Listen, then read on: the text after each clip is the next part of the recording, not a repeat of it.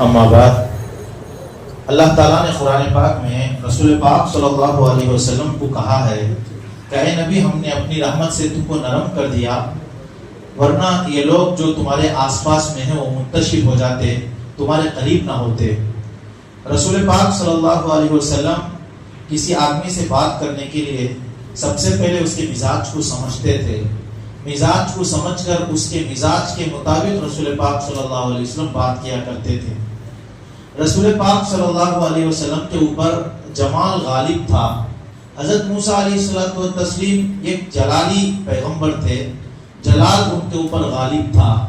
اسی بنیاد پہ ایک مرتبہ جب ملک الموت ان کے پاس روح قبض کرنے کے لیے آئے تھے تو موسیٰ علیہ السلام نے ایسا تماچا مارا کہ ملک الموت کی آنکھ نکل گئی تھی، آنکھ نکل گئی، صرف اس وجہ سے کہ سلام کیے بغیر، اجازت لیے بغیر تم میرے پاس آئے کیسے؟ معلوم تھا کہ وہ ملک الموت ہیں، لیکن اس کے باوجود مار کے ان کی آنکھ باہر نکال دی تھی۔ تو حضرت موسیٰ علیہ السلام کے اوپر جلال کا غلبہ تھا، رسول پاک صلی اللہ علیہ وسلم کے اوپر جمال کا غلبہ بہت زیادہ تھا، جس کی بنیاد پہ ہر کوئی رسول پاک صلی اللہ علیہ وسلم سے قریب ہوتا تھا۔ انسان رسول پاک صلی اللہ علیہ وسلم سے قریب تھے ہی، آس پاس میں رہنے والے جانور بھی رسول پاک صلی اللہ علیہ وسلم سے اتنا مانوس تھے، اتنا مانوس تھے کہ ان کو دیکھے بغیر چارہ نہیں تھا۔ جانور رسول پاک صلی اللہ علیہ وسلم کے راستے میں جہاں سے نبی صلی اللہ علیہ وسلم گزرتے تھے وہاں کھڑے ہوتے تھے رسول پاک صلی اللہ علیہ وسلم کو دیکھ لینے کے لیے۔ اس بنیاد پہ جس راہ سے رسول پاک صلی اللہ علیہ وسلم گزرتے تھے وہاں کے درخت بھی، وہاں کے پتھر بھی سلام کیا کرتے تھے، السلام علیکہ یا رسول اللہ۔ تو رسول پاک صلی اللہ علیہ وسلم ان پتھروں کا بھی جواب دیتے تھے، ان درختوں کا بھی جواب دیتے تھے۔ اب یہ جواب دیتے تھے۔ آج میں نے ایک سوال آپ کے سامنے قائم کیا ہے، 2-3 دن بعد میں سلام کے سلسلے میں آپ کو بتاؤں گا، تو اس کی تشریح بھی کروں گا کہ رسول پاک صلی اللہ علیہ وسلم جب ان چیزوں کے سلام کا جواب دیتے تھے پھر انسانوں کا کیا؟ نبی صلی اللہ علیہ وسلم کسی کو بات کرنے سے پہلے ان کے مزاج کو سمجھ لیتے تھے کہ مزاج کیا ہے۔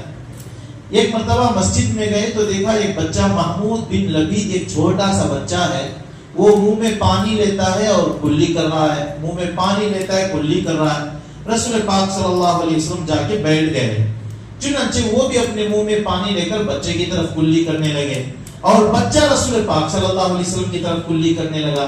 ایک طرف رتبہ دیکھیے رسول پاک صلی اللہ علیہ وسلم کا کتنا بڑا ہے، اللہ تعالیٰ نے امام الانبیاء بنایا ہے۔ اپنے کارخانے میں رسول پاک صلی اللہ علیہ وسلم جیسی شخصیت کوئی دوسری بنائی نہیں ہے، تنہا ایک شخصیت ہے جن کو حضرت محمد مصطفیٰ صلی اللہ علیہ وسلم ہونے کا لقب دیا ہے، لیکن اپنے اتنے سارے رتبے کے باوجود اس بچے کے سامنے رسول پاک صلی اللہ علیہ وسلم بیٹھے ہوئے ہیں۔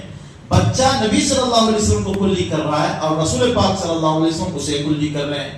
چنانچہ رسول پاک صلی اللہ علیہ وسلم کے منہ کا پانی بچے کے منہ پر گرتا تھا۔ ان کا نام محمود ابن لبید ہے، ان کا بعد میں چل کے نام ہی صاحب مجی رسول اللہ، رسول پاک صلی اللہ علیہ وسلم کے کلی والے نام ہی یہ پڑ گیا۔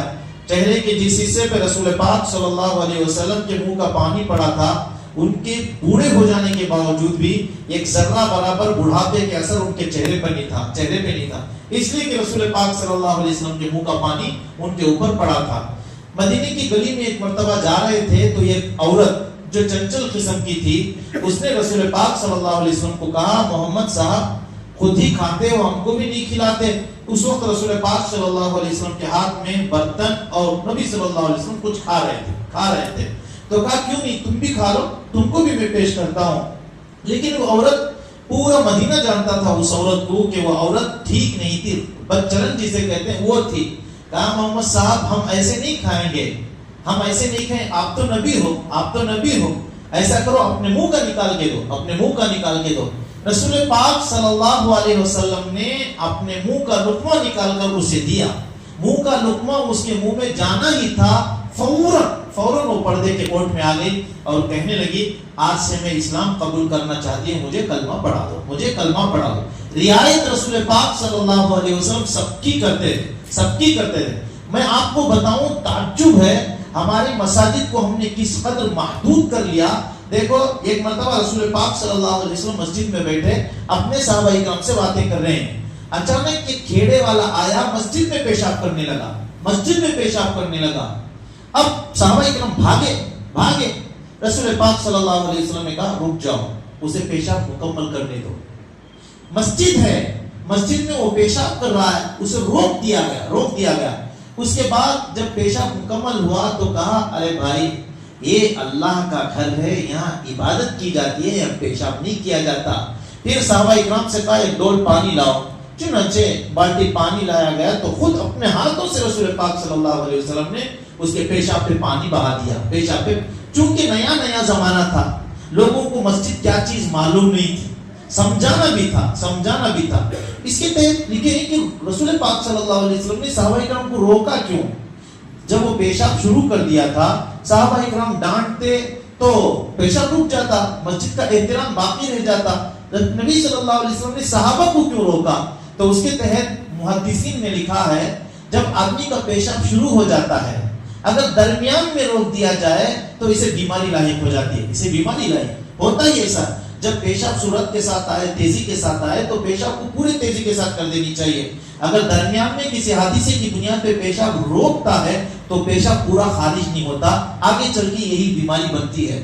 تو رسول پاک صلی اللہ علیہ وسلم نے سامنے والا جو کافر تھا، مسجد کا احترام اس کو معلوم نہیں تھا، اسے سمجھانا بھی تھا، لیکن اس کے طبیعت کو بھی بچانا تھا، تو رسول پاک صلی اللہ علیہ وسلم نے دونوں کی رعایت کی۔ آج مسجد میں کوئی ایک غیر مسلم پولیس بھی آتا ہے تو ہم لوگ آنے نہیں دیتے، ایسا کیوں ہوتا ہے؟ اسے آنی چاہیے مسجد کو، وہ آئے، ہمارے مسجد کے اعمال کو دیکھے کہ ہمارے مسجد میں کیا ہوتا ہے۔ وہ لوگ نہ جانے کیا کیا واقعات بکتے ہیں، وہ آگے دیکھیں تو ہم مسجد میں عبادت کرتے ہیں، ہمارے پاس تو کوئی بت بھی نہیں ہے، ہم اللہ کو ہر جگہ حاضر ناظر سمجھ کر اس کے آگے سجدہ کرتے ہیں۔ یہ معلوم ہونی چاہیے، ان کو گنجائش دینی چاہیے۔ تو رسول پاک صلی اللہ علیہ وسلم کسی سے بات کر رہے ہیں تو سب سے پہلے ان کا مزاج، یہ قوم والے آئے، وہ میم کو بہت زیادہ استعمال کرتے تھے۔ میم جیسے ہر ایک کی بولی الگ ہے، جیسے اب آندھرا والوں کی بولی کو دیکھو، آندھرا والے کبھی بھی میم کا اضافہ کرتے ہیں، ہر آندھرا والے نہیں، آندھرا کا ایک مخصوص علاقہ گنٹور وغیرہ، میں جاتا ہوں جیسے کہتے ہیں، میں جاتا ہوں۔ جیسے تمل ناڈو والے میں آؤں میں جاؤں گا کہتے ہیں، یہ تمل ناڈو والوں کا مزاج ہے۔ آندھرا والوں کا مزاج ہے کہ میں جاتا ہوں، میں آتا ہوں، میں کھاتا ہوں، یہ میم کا اضافہ کرتے ہیں۔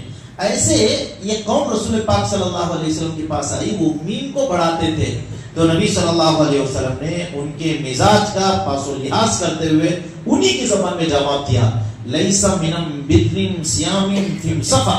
نبی صلی اللہ علیہ وسلم نے میم کے اضافے کے ساتھ ان کا جواب بھی دیا تھا۔ تو رسول پاک صلی اللہ علیہ وسلم مزاج شناس تھے۔ ایک مرتبہ رسول پاک صلی اللہ علیہ وسلم، دیکھو بار نبی صلی اللہ علیہ وسلم کا نام آتا ہے، 1000 مرتبہ آئے، ہمارا حق بنتا ہے ہم نبی صلی اللہ علیہ وسلم کا اضافہ کریں، جب سنیں تب بھی، جب بولیں تب بھی، یہ ہمارا حق ہے۔ رسول پاک صلی اللہ علیہ وسلم کا جب بھی نام آئے تو فوراً اس کے آگے درود پاک پڑھنی چاہیے۔ تو نبی صلی اللہ علیہ وسلم ایک مرتبہ کنویں میں پیر لٹکائے ہوئے اس طرح بیٹھے تھے، کنویں میں اس طرح، نبی صلی اللہ علیہ وسلم کا پیر کھلا ہوا تھا، پنڈلیاں اس طرح کھلی ہوئی تھی، چادر لنگی جو ہے اوپر اٹھائے ہوئے پیر لٹکائے ہوئے بیٹھے تھے۔ تو دروازہ کھٹکھٹایا، پوچھا کون ہے؟ ابو بکر، آنے دو، وہ آئے۔ اور پھر دروازہ کھٹکھٹایا، کون ہے؟ عمر، آنے دو، وہ بھی آئے، سب آئے، دونوں آئے۔ نبی صلی اللہ علیہ وسلم کی حرکت میں ذرہ برابر فرق نہیں آیا، جیسے بیٹھے تھے ایسے ہی بیٹھے تھے۔ اور یہ کون ہے؟ یہ دونوں رسول پاک صلی اللہ علیہ وسلم کے سسر ہیں۔ ابو بکر رضی اللہ تعالیٰ عنہ بھی سسر ہیں اور عمر رضی اللہ تعالیٰ عنہ بھی سسر ہیں، لیکن خاص دوست بھی ہیں، پہلے دوست ہیں اس کے بعد سسر ہیں۔ اس کے بعد دروازہ کھٹکھٹایا، کون ہے؟ کہا عثمان آئے۔ عثمان رسول پاک صلی اللہ علیہ وسلم کے داماد ہیں۔ تو دروازہ کھولنے سے پہلے رسول پاک صلی اللہ علیہ وسلم نے اپنے پنڈیوں کے اوپر پوری طرح سے کپڑا اس طرح کر لیا، کہا اب کھولو دروازہ کھولا گیا۔ اب پوچھنے والوں نے پوچھا عثمان رضی اللہ تعالیٰ عنہ کے جانے کے بعد، یا رسول اللہ، ابو بکر آئے، عمر آئے، آپ کی حیت نہیں بدلی، عثمان غنی کے آتے ہی رضی اللہ عنہ آپ نے ایسا کیوں کیا؟ کہا کیا اس آدمی سے میں حیا نہ کروں جس سے فرشتے حیا کرتے ہیں؟ عثمان رضی اللہ تعالیٰ عنہ بہت حیا کرتے تھے، اتنی حیا تھی کہ بیت الخلا کے لیے جو لوٹا ہے پوری زندگی میں اس لوٹے کو نہیں بدلا، پوری زندگی میں لوٹا ہی نہیں بدلا۔ یہ ان کا خیال تھا کہ جب ہم جاتے ہیں سطر کھولتے ہیں تو صرف ایک ہی لوٹا میرا سطر دیکھے، دوسرا لوٹا سطر نہ دیکھے، اتنی زیادہ حیا تھی۔ تو رسول پاک صلی اللہ علیہ وسلم کہتے ہیں کہ کیا میں اس آدمی سے حیا نہ کروں جس سے فرشتے حیا کرتے ہوں۔ یہ رعایت رسول پاک صلی اللہ علیہ وسلم بہت زیادہ کیا کرتے تھے۔ اعتکاف میں نبی صلی اللہ علیہ وسلم بیٹھتے تھے، حضرت عائشہ رضی اللہ تعالیٰ عنہ نے پوچھا کہ یا رسول اللہ اس مرتبہ میں بھی اعتکاف میں بیٹھوں گی۔ نبی صلی اللہ علیہ وسلم نے اجازت دے دیا، اجازت دے دی۔ اب اللہ کرے، بار بار اللہ کرے میں اور آپ مدینہ منورہ جائیں، رسول پاک صلی اللہ علیہ وسلم کا وہ روزہ دیکھیں، کعبۃ اللہ جائیں، آمین بولو آمین بولو، کعبۃ اللہ جائیں اور بار بار ہمارا عمرہ ہو۔ جہاں رسول پاک صلی اللہ علیہ وسلم اعتکاف میں بیٹھتے تھے وہ ریاض الجنہ، حضرت سیدہ عائشہ صدیقہ رضی اللہ تعالیٰ عنہ کا کمرہ ہے، بالکل اس کے پاس میں لگا ہوا ریاض الجنہ، جنت کا ٹکڑا۔ اس میں 2 رکعت اگر کوئی نماز پڑھے تو گویا کہ اس نے جنت میں نماز پڑھی، جنت ہی کا ٹکڑا ہے، اس سے زیادہ موقع بھی نہیں ملتا ہے۔ اس کے کئی ستون ہیں، ایک حنانہ، ایک وفود، ایک سریر، ابو لبابہ، عائشہ، یہ سب ستون ہیں، پلر سے۔ ہر پلر کے پاس جا کے چن چن کے 2 رکعت نماز پڑھتے ہیں۔ لیکن اب ایسا نہیں رہا، اب موبائل میں نسک آپ میں باقاعدہ پرمیشن لینا پڑتا ہے، ایک ہی مرتبہ اجازت ملتی ہے۔ اللہ تعالیٰ نے حج کے موقع پہ ہم کو وہ سعادت دی، الحمدللہ 10 دن یا 8 دن ہم مدینہ منورہ میں تھے، پوری رات ریاض الجنہ ہی میں گزرتی تھی۔ ایک دن 15 پارے ہم نے وہاں پڑھے، دوسرے دن 15 پارے ہم نے پڑھے، اور اس طریقے سے 2 دن میں ہم نے قرآن پاک، پھر 10 پارے کا معمول تھا۔ اب ایسا موقع نہیں ملتا ہے۔ اب رسول پاک صلی اللہ علیہ وسلم جب اعتکاف میں ہوتے تھے، ایسی کھڑکی تھی، وہ کھڑکی کے اس پار حضرت سیدہ عائشہ صدیقہ رضی اللہ تعالیٰ عنہ کا کمرہ، تو نبی صلی اللہ علیہ وسلم کھڑکی کے اس طرف اس طرح سر ڈالتے تو وہاں وہ تیل لگاتے تھے، ادھر مسجد کا یہ حصہ ہے اور مسجد سے خارج ہے۔ اب عائشہ صدیقہ رضی اللہ تعالیٰ نے اجازت لے لی، نبی صلی اللہ علیہ وسلم نے اجازت دے دی۔ اب دیکھا اعتکاف کے وقت میں خیمے ہی خیمے بندے ہوئے ہیں، اجازت تو یہ کو دیے تھے، لیکن جتنے نبی صلی اللہ علیہ وسلم کی بیویاں تھی سب نے خیمہ لگا لیا ہے۔ اب رسول پاک صلی اللہ علیہ وسلم سوچنے لگے اب کیا کرو، اجازت تو دے دی ہے، اگر منع کیا جائے، ایک کو اجازت دی ہے لیکن ایک کی اجازت کی وجہ سے سب نے خیمہ ڈال لیا ہے۔ اب چونکہ عائشہ صدیقہ رضی اللہ تعالیٰ عنہ کو اجازت دے چکے ہیں، اجازت واپس نہیں لے سکتے، نبی صلی اللہ علیہ وسلم کو مزاج نہیں کہ اجازت واپس لے لیں، اس لیے بہت سوچنے کے بعد کیا کریں۔ عائشہ صدیقہ رضی اللہ تعالیٰ عنہ کا بھی تو دل ہے، آدمی کا بھی تو کوئی دل ہوتا ہے، اجازت دے کہ اگر اجازت واپس لے لیں تو اس وقت کیا ہوگا۔ اس لیے رسول پاک صلی اللہ علیہ وسلم نے بہت سوچ بچار کے بعد اعلان کر دیا کہ اس سال ہم اعتکاف نہیں کریں گے۔ اعتکاف ہی نہیں کیا رسول پاک صلی اللہ علیہ وسلم نے، بلکہ آئندہ سال 20 دن کا اعتکاف کر لیا، 10 دن کی قضا کر لی۔ کتنا پاسو لحاظ کرتے تھے رسول پاک صلی اللہ علیہ وسلم کسی کے دل کا۔ آج ہمارے میں سب سے بڑی کوتاہی کیا ہے، کسی کو بات کرتے ہوئے سامنے والے کا پاسو لحاظ نہیں کرتے، دیکھتے نہیں کہ اس کا بھی تو کوئی دل ہے، وہ پتھر تو نہیں، وہ ٹوٹ جائے گا، ہم پاسو لحاظ نہیں کرتے۔ لیکن رسول پاک صلی اللہ علیہ وسلم اس کا بہت پاسو لحاظ کرتے تھے۔ میں نے شب برات کے موقع پہ آپ کو ایک بات بتائی تھی، شاید آپ کو یاد ہوگی، نبی صلی اللہ علیہ وسلم پہلے ایک لکڑی کے سہارے سے خطبہ دیتے تھے، اس کے بعد ایک عورت چلتی دیکھ گئی، ارے رسول اللہ صلی اللہ علیہ وسلم تو نیچے کھڑے ہو کے خطبہ دیتے ہیں۔ اس کا غلام جو تھا وہ نجار تھا، کارپینٹر تھا، آ کے کہنے لگے یا رسول اللہ ہم آپ کے لیے ممبر بنا دیں گے۔ چنانچہ نبی صلی اللہ علیہ وسلم نے اجازت دی تھی، ایسا ایک ممبر بنا دیا گیا لکڑی کا، جس کے 3 ہی سیڑھی تھے، بنا دیا گیا۔ اب رسول پاک صلی اللہ علیہ وسلم ممبر آتے ہی ممبر کے اوپر چڑھ کر کھڑے ہوئے، وہ لکڑی ہاتھ میں نہیں تھی، پیچھے لکڑی تھی، لکڑی کے سہارے سے ایسے رسول پاک صلی اللہ علیہ وسلم دیتے تھے، ورنہ عصا نبی صلی اللہ علیہ وسلم کے ہاتھ میں ہمیشہ رہتا تھا، عصا ہاتھ میں رہتا ہی تھا۔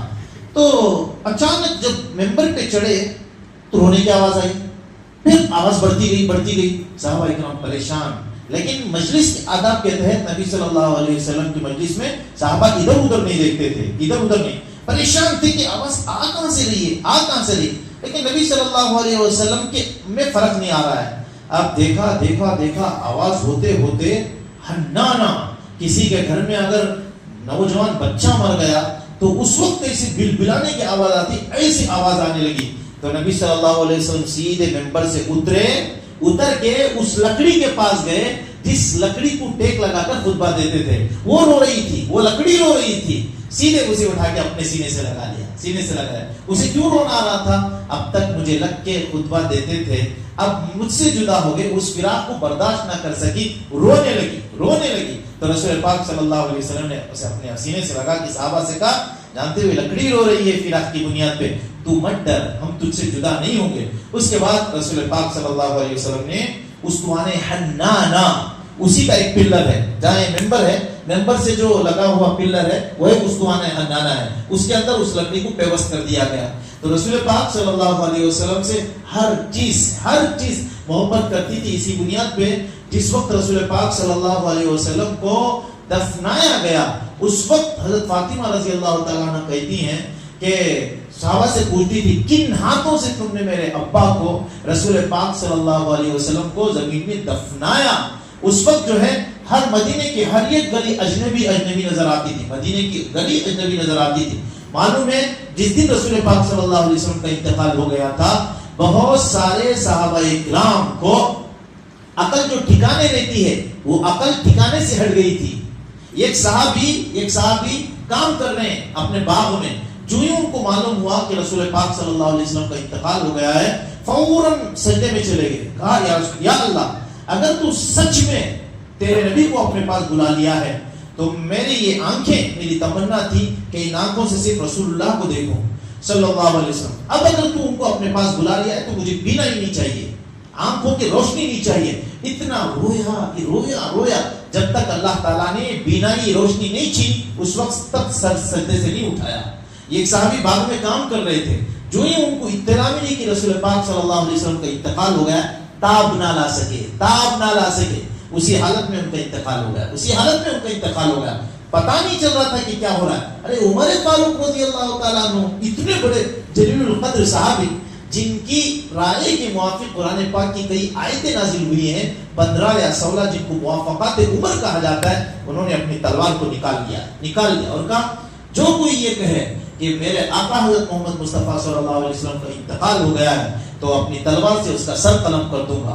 ایسا حال تھا، عثمان غنی رضی اللہ تعالیٰ عنہ وہاں بیٹھے ہوئے، سمجھ میں نہیں آ رہا ہے کیا کریں کیا نہ کریں۔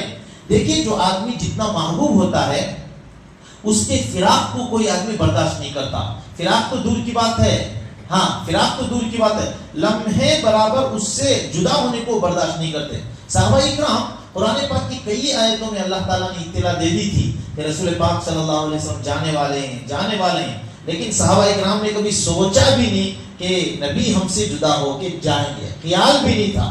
اسی بنیاد پہ جس وقت رسول پاک صلی اللہ علیہ وسلم چلے گئے، تمام صحابہ حواس باختہ ہو گئے، کسی کو کچھ سمجھ میں نہیں آ رہا تھا۔ اس وقت بھی اس امت کو تھامنے والے حضرت سیدنا ابو بکر صدیق رضی اللہ تعالیٰ عنہ تھے۔ رسول پاک صلی اللہ علیہ وسلم بیمار ہیں، تفصیل کے ساتھ انشاءاللہ اللہ موقع دے تو میں بتاؤں گا۔ آج مجمل بات آ گئی تو مجملاً میں بتا رہا ہوں آپ کو۔ رات میں آیا اور آ کے کہا یا رسول اللہ میری دوسری بیوی کے پاس میں جانا چاہتا ہوں، اب تو آپ کی حالت اچھی نظر آ رہی ہے، کیا میں جاؤں؟ رسول اللہ صلی اللہ علیہ وسلم نے کہا ابو بکر جاؤ، اب تو حالت اچھی ہے جاؤ۔ لیکن وہاں وہ گئے صبح ساجد کے وقت میں ادھر رسول پاک صلی اللہ علیہ وسلم کا انتقال ہو گیا۔ وہ وہاں سے آئے، مدینے کے کونے سے آئے تو دیکھا ہر طرف ہلچل مچی ہوئی ہے، صحابہ اکرام پریشان ہیں، کسی کو کچھ نہیں سمجھ میں آ رہا۔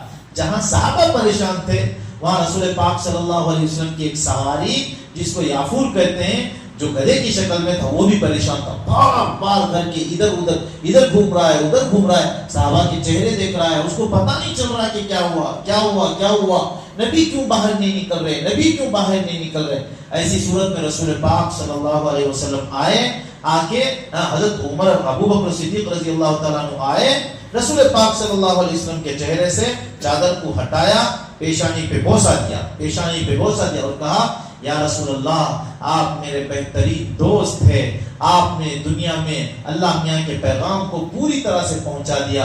اس کے بعد چادر کو ڈالا۔ اتنی بات لمبا قصہ ہے، وفات کے تحت میں انشاءاللہ العزیز آپ کو ضرور بتاؤں گا۔ اس وقت ابو بکر صدیق رضی اللہ تعالیٰ عنہ نے پوری امت کو بتایا کہ رسول پاک صلی اللہ علیہ وسلم اب دنیا میں نہیں رہے۔ اب پریشان تھے کہ رسول پاک صلی اللہ علیہ وسلم کو غسل کیسے دیا جائے، غسل کیسے دیا جائے۔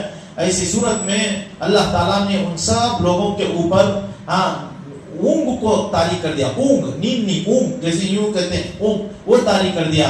تو یہ کہنے والے نے کہا لا تجردوا الرسول اللہ صلی اللہ علیہ وسلم، رسول پاک صلی اللہ علیہ وسلم کو کپڑوں کے اوپر غسل دو، کپڑے مت نکالو، کپڑے مت نکالو۔ رسول پاک صلی اللہ علیہ وسلم کو اتنا چاہنے والے صحابہ کرام، اب ان کو سمجھ میں نہیں آ رہا تھا کہ کیا کریں، کیسے غسل دیں، کیا کریں، کن ہاتھوں سے ہم رسول اللہ صلی اللہ علیہ وسلم کو دفنائیں کفنائیں، کچھ بھی نہیں سمجھ میں آ رہا تھا۔ بالآخر نبی صلی اللہ علیہ وسلم کو غسل دیا گیا، پھر کفن دیا گیا۔ اب اس کے بعد رسول پاک صلی اللہ علیہ وسلم کو دفنانے کا مسئلہ تھا۔ اس وقت بھی ابو بکر صدیق رضی اللہ تعالیٰ عنہ نے کہا میں نے رسول پاک صلی اللہ علیہ وسلم سے سنا ہے کہ نبی جس مقام پہ فوت ہوتے ہیں اسی مقام پہ ان کو دفنایا بھی جاتا ہے۔ چنانچہ سیدہ عائشہ صدیقہ رضی اللہ تعالیٰ عنہ کے گھر میں وہ فوت ہوئے تھے، انہی کے گھر میں رسول پاک صلی اللہ علیہ وسلم کو دفنایا گیا۔ مجھے ایک بات اور بتانی ہے، یہ مسئلہ ہمارا عقیدے سے متعلق ہے، انشاءاللہ تفصیل کروں گا۔ ایک اور بات بتائیں، رسول پاک صلی اللہ علیہ وسلم کے مزاج کو رکھ کر کوئی ایک بدوی کھیڑے والا کئی دنوں کے بعد وہ اچانک قرآن پڑھ رہا تھا تو ایک آیت آ گئی وَلَوْ أَنَّهُمْ إِذْ ظَلَمُوا أَنفُسَهُمْ جَاءُوكَ فَاسْتَغْفَرُوا اللَّهَ وَاسْتَغْفَرَ لَهُمُ الرَّسُولُ لَوَجَدُوا اللَّهَ تَوَّابًا رَحِيمًا۔ آیت کا ترجمہ یہ تھا اگر وہ لوگ اپنے اوپر ظلم کر لیں پھر وہ رسول کے پاس آئیں، رسول ان کے لیے مغفرت کی دعا دیں تو اللہ تعالیٰ ان کی مغفرت کر دے گا۔ یہ سنتے ہی گاؤں والا بھاگے آیا، دروازہ کھٹکھٹایا، دروازہ پوچھا کون ہے؟ کہا میں گاؤں سے آیا ہوں، رسول اللہ صلی اللہ علیہ وسلم کہاں ہیں؟ ارے رسول پاک صلی اللہ علیہ وسلم کا تو انتقال ہو گیا، ارے وہ کہاں ہیں، ان کی مزار کہاں ہے؟ کہا بتایا گیا کہ وہاں رسول پاک صلی اللہ علیہ وسلم کا روضہ ہے۔ تو وہ گیا، رویا، یا رسول اللہ آپ کا انتقال ہو گیا، یا رسول اللہ آپ کا انتقال ہو گیا، میں قرآن پاک کی آیت پڑھ کے آیا ہوں، اللہ نے اس میں کہا ہے میں گنہگار ہوں، آپ میرے لیے دعا کیجیے۔ اس کے بعد اس نے جو ہے کچھ اشعار پڑھے، کچھ آج بھی وہ اشعار رسول پاک صلی اللہ علیہ وسلم کے روزے پہ لگائے ہوئے ہیں۔ نفس الفداء لقبر انت ساکنہ فیہ الجود وفیہ الکرم۔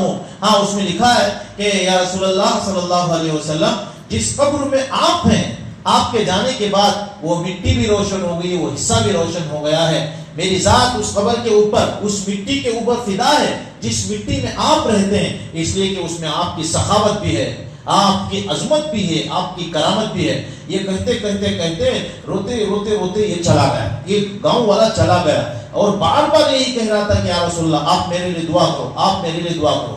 وہ ایک صاحب تھے جن کا نام عتبی تھا، وہ دیکھ رہے تھے، پورا منظر دیکھ رہے تھے۔ اس منظر کو دیکھنے کے بعد اچانک ان کو اونگ آئی، وہ وہیں سو گئے۔ فوراً رسول پاک صلی اللہ علیہ وسلم ان کے خواب میں آئے اور آ کے کہنے لگے عتبی الحق الاعرابی، اے عتبی جاؤ فوراً اس عربی کو پکڑو، وہ کھیڑے والے کو پکڑو، وہ کہاں گیا؟ فبشروا بان اللہ غفر له، اور اسے خوشخبری دے دو کہ اللہ نے اس کی مغفرت کر دی ہے، رسول پاک صلی اللہ علیہ وسلم کے انتقال کے بعد بھی روضہ مبارک کے پاس اگر کوئی آدمی آ کے اس قسم کی التجا کر رہا ہے تو رسول پاک صلی اللہ علیہ وسلم نے اس التجا کو قبول فرما لیا اور اللہ تعالیٰ نے اس آدمی کی مغفرت بھی فرما دی۔ تو میرے دوستو، اس دنیا میں سب سے بڑی آفت، سب سے بڑی مصیبت جو آئی ہے وہ اس وقت ہے جب رسول پاک صلی اللہ علیہ وسلم اس دنیا سے چلے گئے۔